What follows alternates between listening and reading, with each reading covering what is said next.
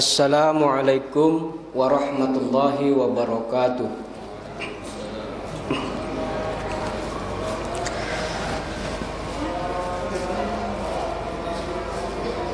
Subhanalladzi asra bi'abdihi laylan minal masjidil haram ilal masjidil aqsa alladzi barakna haulah.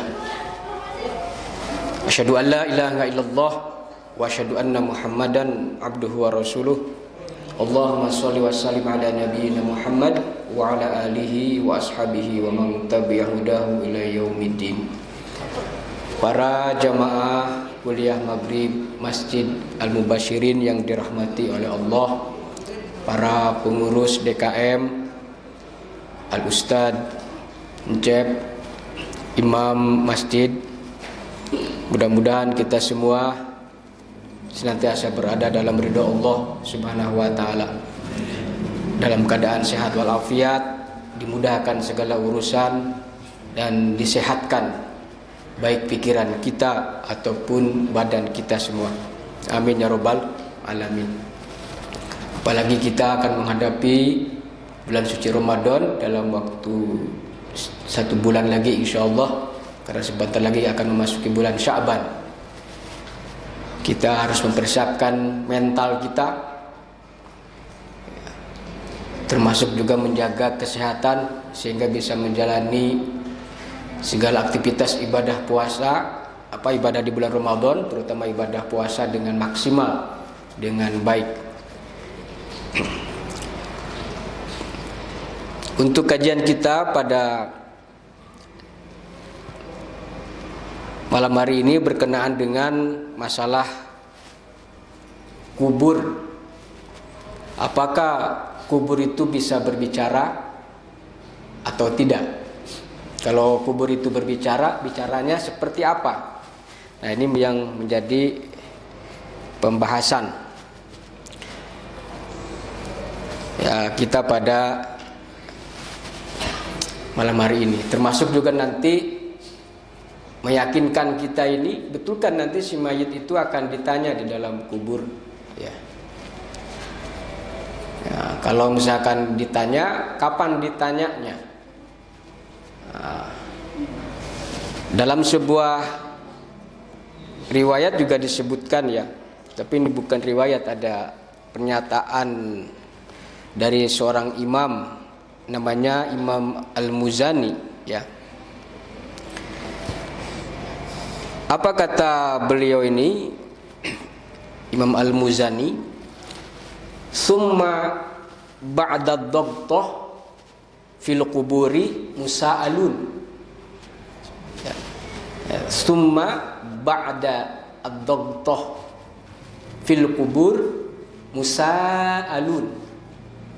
Artinya kemudian setelah dikencet, dihimpit si mayit itu dalam kubur gitu ya, dhabtah, ditekan oleh bumi, oleh perut bumi di dalam kubur itu, musa'alun, maka mereka nanti akan ditanya gitu. Musa'alun ya, berarti nanti pertanyaan dari malaikat itu muncul setelah ataupun terjadinya dhabtah, penghimpitan, dikencet ya, dihimpit si mayit itu dalam kubur. Nah, sebelum nanti kita masuk nanti kepada hadis-hadis yang berbicara tentang betul nggak kubur itu berbicara, ini ada riwayat-riwayat yang saya menemukan menarik untuk diketahui ya, untuk penguatan kita, keyakinan kita terhadap kenyataan alam kubur gitu ya, yang kita nanti akan memasuki era itu gitu ya, masa itu. Allahu alam ya. Intinya kalau kita mengetahui, kan diharapkan agar keimanan kita sebelum memasuki masa itu gitu ya, keimanan kita semakin baik, kemudian juga menjaga amal ataupun ketaatan dimanapun kita berada gitu kan. Jadi ternyata Kalau misalkan ditanya apakah orang mukmin itu juga nanti digencet juga atau tidak dalam kubur? Orang yang amalnya itu keren, hebat, apakah dihimpit juga? Nah, ini ada satu riwayat yang mengatakan, ya ternyata orang mukmin itu juga yang amalnya bagus itu dihimpit juga oleh bumi gitu dalam kubur itu. Dihimpit. Tapi kemudian nanti kalau orang mukminnya dibebaskan. Nah, ini ternyata pernah terjadi pada Sa'ad bin Mu'az, seorang sahabat Nabi. Diceritakan dalam sebuah hadis oleh Rasulullah sallallahu alaihi wasallam bahwa beliau pun ternyata dihimpit. Nah, kalau Mu'az Sa'ad bin Mu'az saja seorang sahabat yang katakanlah keimanannya ya lebih keren dari kita kan gitu. Amalnya ya, dia berperang gitu kan ya, di awal-awal pergerakan di mana waktu itu Islam baru datang, tapi dia bagian barisan orang-orang yang beriman kan, itu membela dakwah Rasulullah sallallahu alaihi wasallam. Bahkan dalam sebuah riwayat disebutkan, kata Nabi, ketika kematian Sa'ad bin Mu'az ini ya, kematiannya itu ternyata diikuti dengan fenomena alam ataupun fenomena makhluk. Ya. Misalkan di sini disebutkan, kata Nabi, hadzal ladzi taharraka lahu al-arsy wa futihat lahu abwabus sama wa syahidahu sab'una alfan minal malaikah laqad dumma dommatan summa furija anhu. Hadallazi taharraka lahul arsy, maksudnya inilah ya, jadi maksudnya hadza ini kematian Sa'ad bin Mu'az ini gitu ya, menjadikan ataupun membuat arsy itu bergerak katanya gitu ya. Arsy bergerak. Wa futihat lahu abwabus sama. Selain arsy itu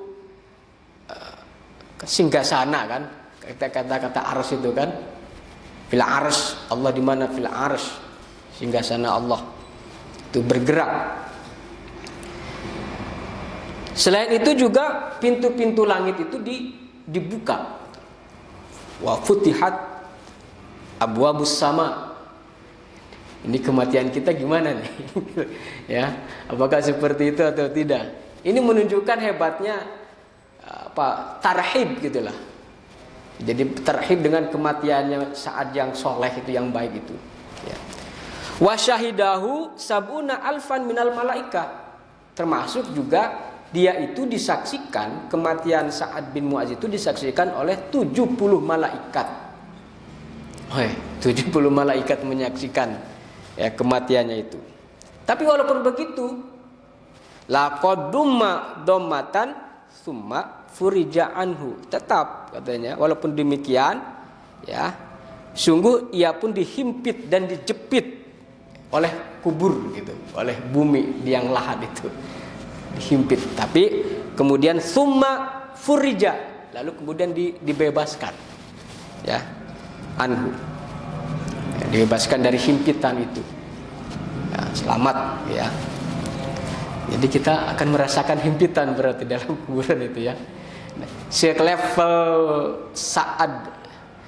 Tapi nanti jangan begini Pak, nanti kita jadi jangan justru pesimis ya. Kita beriman, bersolat, kita zakat, kita puasa, dihimpit juga dalam kubur kan gitu ya. Jangan begitu. Kalau begitu nggak perlu sholat, nggak, ya jangan ya, hati-hati ya, jangan. Lalu kemudian ada juga hadis yang mengatakan, inna lil qabri dogtotan walau kana ahadu najian minha najah minha Sa'ad bin Mu'az ya. Sesungguhnya kubur mempunyai penyempitan. Jadi penyempitan itu kalau di ini kan ditekan gitu jadi sempit ya. Kalau orang ditekan itu, dihimpit itu enak nggak Pak? Nggak enak ya. Taruhlah kalau kita pernah naik kereta ya, dari Bogor ke Tanah Abang atau dari Tanah Abang ke Bogor gitu kan, kalau pagi-pagi itu rame kan ya. Siapa itu yang dulu kan pernah juga saya naik kalau pergi ke Tanah Abang gitu ya, itu kan berjejal-jejal gitu kan, dihimpit gitu. Nah, sekarang udah bagus ininya, dipisah tuh ya antara laki-laki dengan perempuan. Ini dulu itu ya, itu dicampur gitu. Nah, sekarang udah berpisah, udah bagus ya, udah syar'i itu. Ada gerbong untuk perempuan, ada gerbong untuk laki-laki. Tidak boleh bercampur. Tapi masih ada juga kadang-kadang kalau kepepet terpaksa ada. Tapi terjagalah sekarang ya, tidak terlalu ini. Jadi himpit ya, ditekan. Nah, di sini disebutkan juga dalam hadis yang lain riwayat Imam Ahmad, inna lil qabri dogdoh, sesungguhnya kuburan itu memiliki penyempitan atau himpitan. Walau kana ahadun najian, jika ada seorang yang selamat darinya, dari himpitan itu, niscaya selamat darinya. Siapa? Nah, adalah Sa'ad bin Mu'az. Ya, Sa'ad bin Mu'az. Jadi dia selamat, tidak selamanya dihimpit, tapi kemudian dibebaskan. Nah, kalau orang kafir dihimpit terus, kalau orang amalnya buruk dihimpit terus. Nah, para jamaah yang dimuliakan oleh Allah, demikian juga ketika ada pertanyaan tadi itu, apakah betul kita ini ditanya ya dalam kuburan itu ya, maka ada riwayat ya, ini dari Imam Bukhari ya, dari Bara bin Azib ya, ini untuk meyakinkan lagi bahwa kita akan ditanya ya. Nah, ditanyanya harus jangan balik tanya ya. Seperti yang sekarang lagi viral itu ya, orang bertanya malah balik tanya, kamu nanya apa, kamu tanya gitu kan. Nah, kita harus jelas nih, ini dalam masalah ini tidak ada yang balik nanya lagi gitu kan, harus dijawab dalam kuburan nanti ya. Maka kata Nabi dari Bara bin Azib, anna Rasulullah sallallahu alaihi wasallam qol, al muslimu idza su'ila fil qabri yashhadu alla ilaha illallah. Ya. Seorang muslim itu kalau ditanya dia di dalam kubur, nah berarti kalau ditanya ada pertanyaan berarti. Nah, ini hadis ini sahih kan? Apalagi diriwayatkan Imam Bukhari. Idza su'ila, kalau dia ditanya, seorang muslim ditanya dalam kuburan nanti, si mayit itu, yashhad, maka hendaklah membuat persaksian. Apa persaksiannya? Alla ilaha illallah, tidak ada Tuhan selain Allah. Nah, itu yang harus kita jawab nanti itu ya. Allah, asyhadu alla ilaha illallah, dua kalimat syahadat ya. Wa anna Muhammad Rasulullah, wa anna Muhammadar Rasulullah, dan sesungguhnya Nabi Muhammad itu adalah utusan Allah. Nah, itu syahadat. Insyaallah kita hafal ya. Nah, hafal. Tapi nanti seperti yang sudah disampaikan tempo hari ya, tetap yang itu tergantung iman dan amal perbuatan. Kita insyaallah bisa menjawab itu ya. Kalau bisa menjawab itu, tanda-tanda selamat. Seperti tiket ini, tiket masuk gitu. Ya, tiket masuk untuk menuju pintu kebahagiaan selanjutnya gitu ya. Yaitu dengan melakukan persaksian. Jadi ternyata untuk menyatakan keislaman itu, keimanan kepada Allah bukan hanya di alam dunia ini saja ya, dimana kalau orang yang mau masuk Islam dia harus menyatakan dua kalimat syahadat kan, sebagai bentuk pengakuan ya, dan juga tanpa ada paksaan ya, tulus dari dalam dirinya, dia menyatakan beriman bahwa ataupun bersaksi bahwa tidak ada Tuhan selain Allah. Itu yang kemudian disebut juga qaulus tsabit itu, ya. Qaulus tsabit itu artinya ungkapan perkataan yang sabit, yang kokoh, yang teguh. Nah, maka kita juga para jamaah yang dimuliakan oleh Allah harus terbiasa melafazkan, ya, menzikirkan, ya, mewirid, gitu kan, wirid kalimat la ilaha illallah itu, ya, la ilaha illallah, la ilaha illallah. Termasuk juga dua kalimat syahadat dengan persaksian kepada Rasulullah bahwa beliau adalah seorang utusan Allah, itu dibacakan, ya. Nah, kalau orang terbiasa dengan senantiasa membaca itu, nah kita kan dalam sholat senantiasa membaca, insya Allah, ya, 5 kali. Makanya fokus kita nih ketika sholat itu kita fokus di tahiyat itu di situ ada kalimat syahadat, 2 kalimat syahadat yang kita nyatakan, ya. Maka kalau kita sadar kita sedang mengucapkan itu, insya Allah nanti di alam kubur itu ketika ditanya, ya, confirm kita lancar lah, ya, bisa untuk menjawab. Makanya kata Nabi tadi, kalau orang muslim itu ditanya dalam kuburan itu, yashhad alla ilaha illallah wa anna muhammadan rasulullah, ya. Fadzalika qauluhu. Nah ini ternyata betul nih, ya, ada keterangannya.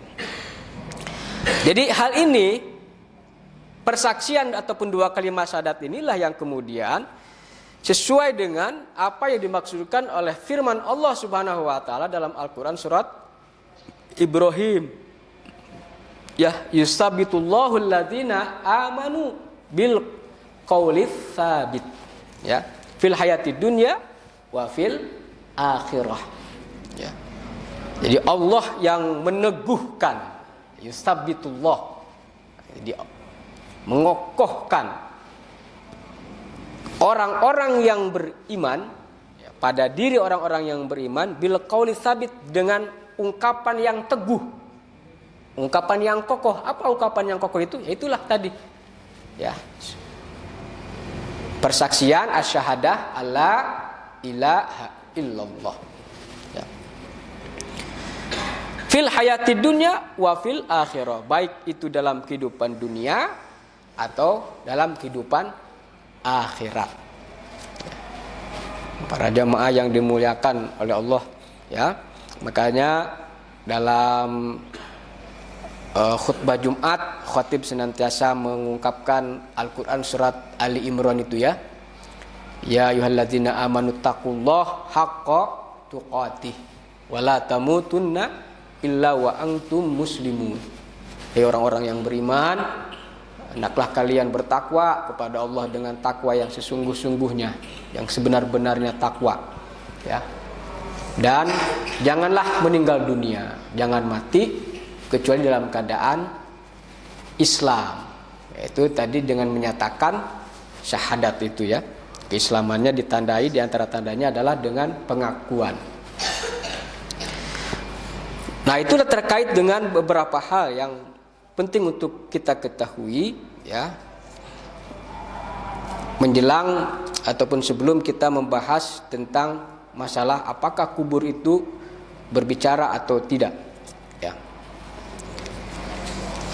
Jadi temanya ini kalau di kitab At-Tazkirah itu adalah bab majaa fid doktil qabri ala sahibihi wa in kana sholihan. Bukan yang itu, ada satu lagi nih. Mohon maaf.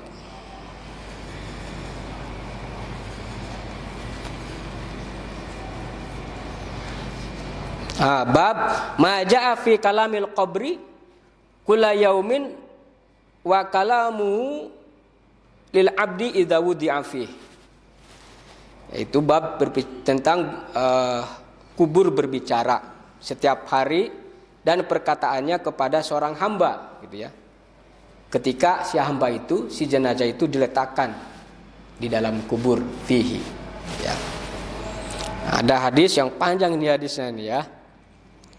Baik, kita baca yang singkatnya saja.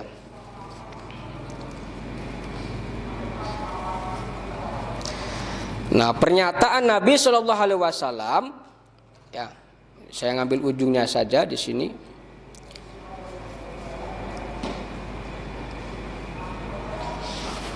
Kurang jelas. Wa yuqayyidullahu lahu tis'ina apa nih?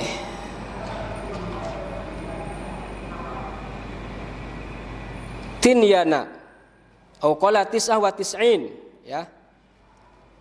Lau anna wahidan minha nafkhun fil ardi ma ambatat syai'an ma baqiyat ad-dunya, ya.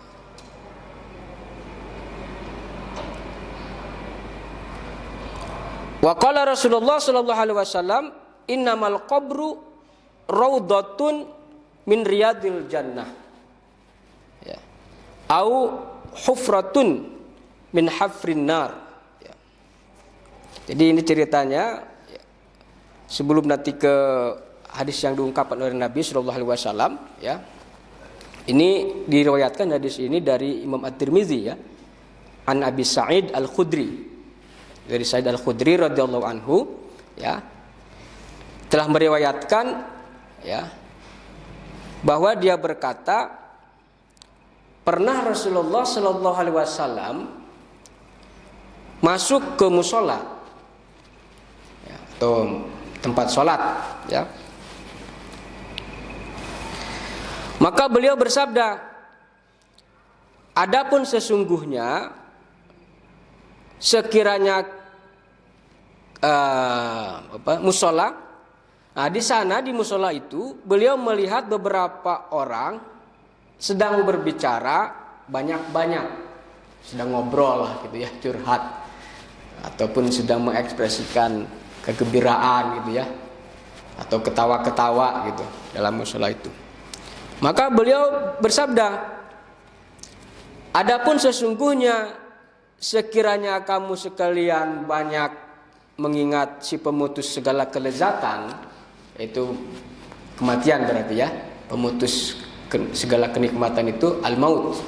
Kalau kamu sekiranya banyak ingat mati, gitu, ya, niscaya kamu tak akan sempat melakukan seperti apa yang aku lihat, gitu, ya. Terlalu terlampau lah mungkin ininya, ya, seolah-olah dia ini lupa diri gitu. Kalau orang banyak ingat mati, mungkin tidak melakukan seperti apa yang mereka lakukan gitu. Berbicara, ketawa-ketawa, ini itu gitu kan. Kan suka ada gitu, ya, ngobrol gitu. Kemudian kata Nabi, maka perbanyaklah olehmu mengingat pemutus segala kelezatan itu, supaya tidak terhindar dari perkara-perkara yang lagu gitu, yang tidak bermanfaat, yang tidak berfaedah, ya. Maka hendaklah ingat ataupun mengingat kematian.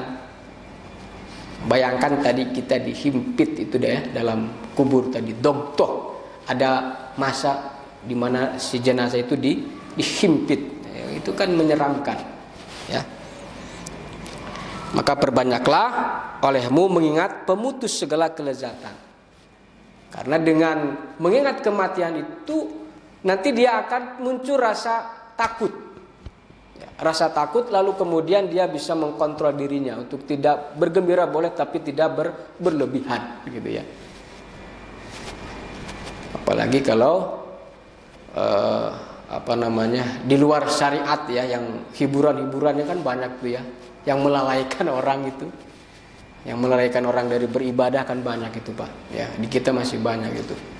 Nah, coba tuh yang suka ke hiburan-hiburan di mana tuh, ya, di tempat-tempat tertentu lah, ya, acara-acara tertentu gitu, ya.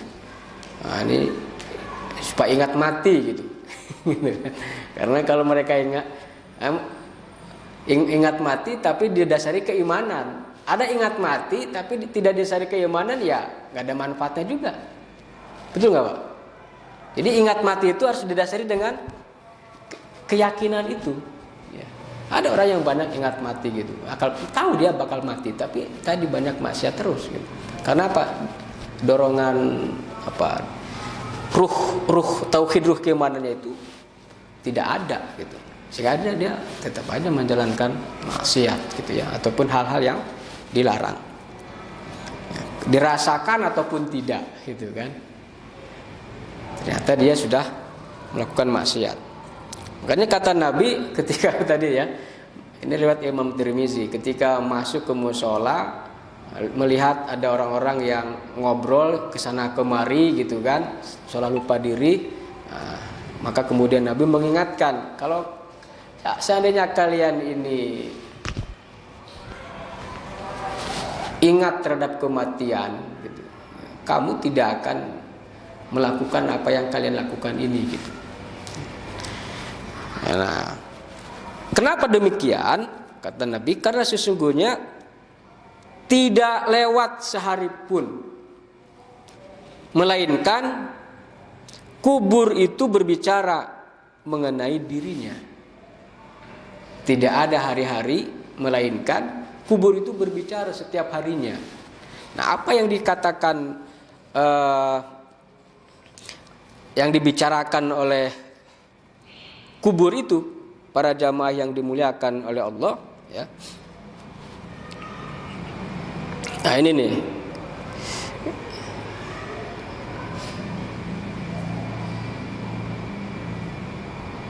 Nah, ya. Fayaqul ana baitul ghurbah wa ana baitul wahdah wa ana baitut turab wa ana baitud dud. Fa idza dufinal abdu al mu'min qala lahu ya al qabr marhaban wa ahlan amma in kunta la ahabbu may yamshi ala dhuhrihi ilayya. Ya.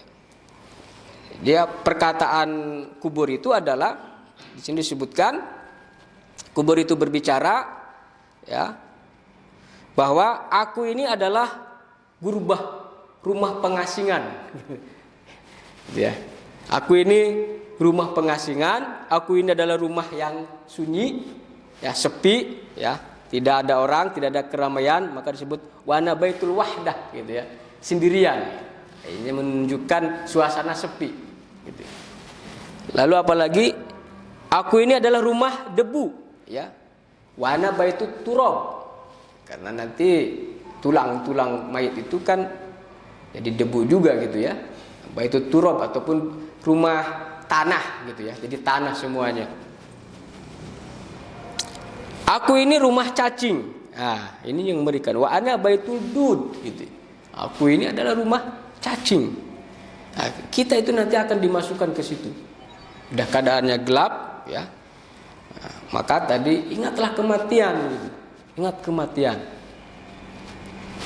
Dengan ingat kematian itu dalam kondisi tadi kemudian rasa takut, rasa khawatir, takut yang kemudian diiringi dengan keimanan ya, untuk menjaga amal solehnya, amal kebaikannya. Dan apabila seorang mukmin itu dikubur, nah, maka dia berkata lagi, ahlan wa sahlan, gitu kan? Kata-kata ahlan wa sahlan itu artinya apa? Selamat datang. Jadi penyambutan, marhaban, ya. Jadi disambut dengan penuh kehormatan, marhaban, ya. Wa ahlan. Ahlan itu kan kata ahl ya. Jadi sudah seperti keluarga. Ahlan. Ahlan juga bisa ada juga sahlan gitu kan. Ahlan wa sahlan. Kalau sahlan itu suhul, kemudahan. Disambut dengan kebaikan, dengan penghormatan. Nah, kubur juga begitu. Kalau yang dikuburkannya itu adalah orang-orang yang beriman, maka ternyata dia disambut juga, ya. Ahlan wasahlan, kata kuburan itu. Jadi kuburan itu berbicara, para jamaah yang dimuliakan Allah. Berdasarkan hadis ini ya. Nah, selamat datang, marhaban wa ahlan, ya. Ketahuilah kamu adalah orang yang berjalan di permukaanku yang paling aku sukai gitu. Jadi kamu itu orang yang di antara orang yang berjalan ya, di permukaanku ya, yang paling aku sukai. Kenapa? Ya karena dia mukmin, orang yang beriman dan juga tentu beramal soleh, gitu ya, berbuat baik.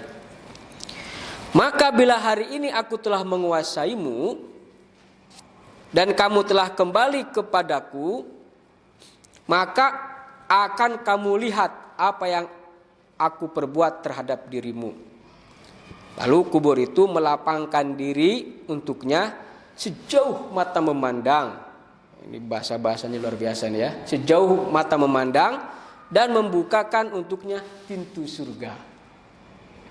Itu penyambutannya. Itulah yang dilakukan oleh kuburan. Ya. Yang tadi terasa sempit ketika dia dibebaskan gitu kan. Ya. Melapangkan diri ya. Jadi kuburan itu melapangkan diri, enggak sempit lagi, Pak. Lalu kemudian dia bisa memandang sejauh mata memandang, luas. Kenapa? Karena orang yang dikuburnya itu adalah al-mu'min, orang yang beriman. Ya. Yang beriman kan berarti di situ kalau kata para ulama udah 3 poin di situ ya. Ya, qaulun bilisan ya, diungkapkan iman itu dengan lisan.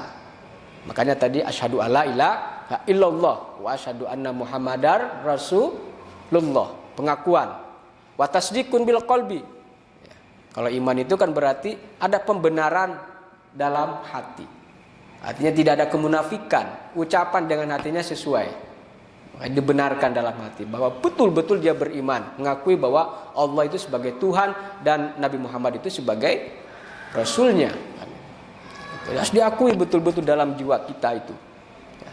Ya. Kemudian apalagi syarat ketiga, wa amalun bil jawarih atau wa amalun bil arkan. Itu diimplementasikan keimanan kita kepada Allah itu ya dengan bentuk ketaatan. Makanya kita sholat, makanya kita berpuasa, makanya kita berbuat baik kepada sesama, kan begitu ya, dan seterusnya. Orang-orang yang seperti itu yang beriman kepada Allah ya, maka dia dibebaskan dari himpitan gitu kan, insyaallah. Lalu akan si kuburan itu melapangkan dirinya gitu ya. Lalu kemudian si mayit itu bisa memandang sejauh mata memandang, membukakan untuknya pintu surga. Demikian juga pintu surga dibukakan, tapi belum masuk. Jadi dibukakan saja. Wah, itu pintu surga ini. Alamat tanda bahwa masa depannya cerah, gitu kan? Masa depannya cerah. Nah, dan apabila ada orang jahat, ini kebalikannya. Makanya di sini panjang ya. Kalau ada orang yang jahat ataupun orang yang kafir, yang dikuburkannya adalah orang kafir, ya, maka si kuburan itu berkata, ya, tidak ada ucapan selamat datang untukmu, begitu kan? Menyakitkan kan? Pak, kalau kita bertamu ada ucapan dari pribumi selamat datang, senang nggak kita, Pak? Senang ya? Oh, senang sekali. Merasa kita ini dihargai, dihormati, diakui. Tapi kalau kita bertamu, itu si pribumi tidak mengucapkan sambutan, enak gak Pak? Kita dicuekin gitu, dongkol kan Pak ya, atas kurang enak lah ya manusia. Apalagi nanti kuburan, ya. Kalau kita datang ke kuburan dan kuburan itu menyambut kita, oh senang kita. Ya. Maka syaratnya tadi iman. Tapi kalau misalkan ada orang yang tidak disambut, yaitu orang-orang kafir di sini disebutkannya wal kafir, orang-orang kafir, tidak ada penyambutan untuk mereka itu, ya. Makanya disebutkan di sini kata kuburan itu tidak ada ucapan selamat datang untukmu, ya, la marhaban wala ahlan, gitu kan. Tidak juga marhaban, tidak juga ahlan, tidak ada, ya. Ketahuilah bahwa kamu adalah orang yang berjalan di permukaanku, di bumi, ya, di atas bumi itu yang paling aku benci. Ya, jadi kuburan juga menolak kehadiran dia. Kenapa? Karena kekufuran. Ya, karena kekufuran. Maka masalah akidah ini hal yang sangat pokok. Ya, akidah ini, kedudukan tauhid ini. Ya. Dia menjadi hal yang menentukan amal perbuatannya itu diterima atau tidak. Jadi kalau misalkan dia beriman kepada Allah, maka setiap kebaikan ibadah yang dikerjakannya karena Allah, insya Allah amalannya diterima, makbul. Ya. Tetapi kalau dia ini tidak beriman kepada Allah, atau dia melakukan satu perbuatan musyrik, sesuatu yang menyekutukan Allah, maka apapun amal perbuatannya itu ya tidak akan diterima, kan gitu ya.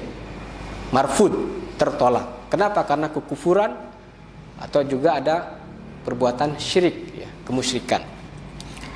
Makanya di sini disebutkan kuburan ini ya, mengatakan kamu ini adalah orang yang paling aku benci, gitu. Auzubillahi min dzalik ya kita. Makanya tadi wala tamutunna illa wa antum muslimun. Jangan sekali-kali mati kalian itu, ya, kecuali dalam keadaan Islam. Jadi kuburan saja menolak, gitu. Nggak suka dengan kekufuran seorang hamba, ya. Dan dia lebih suka ya, kepada orang-orang ataupun seorang hamba yang mukmin, orang yang beriman. Maka di sini kemudian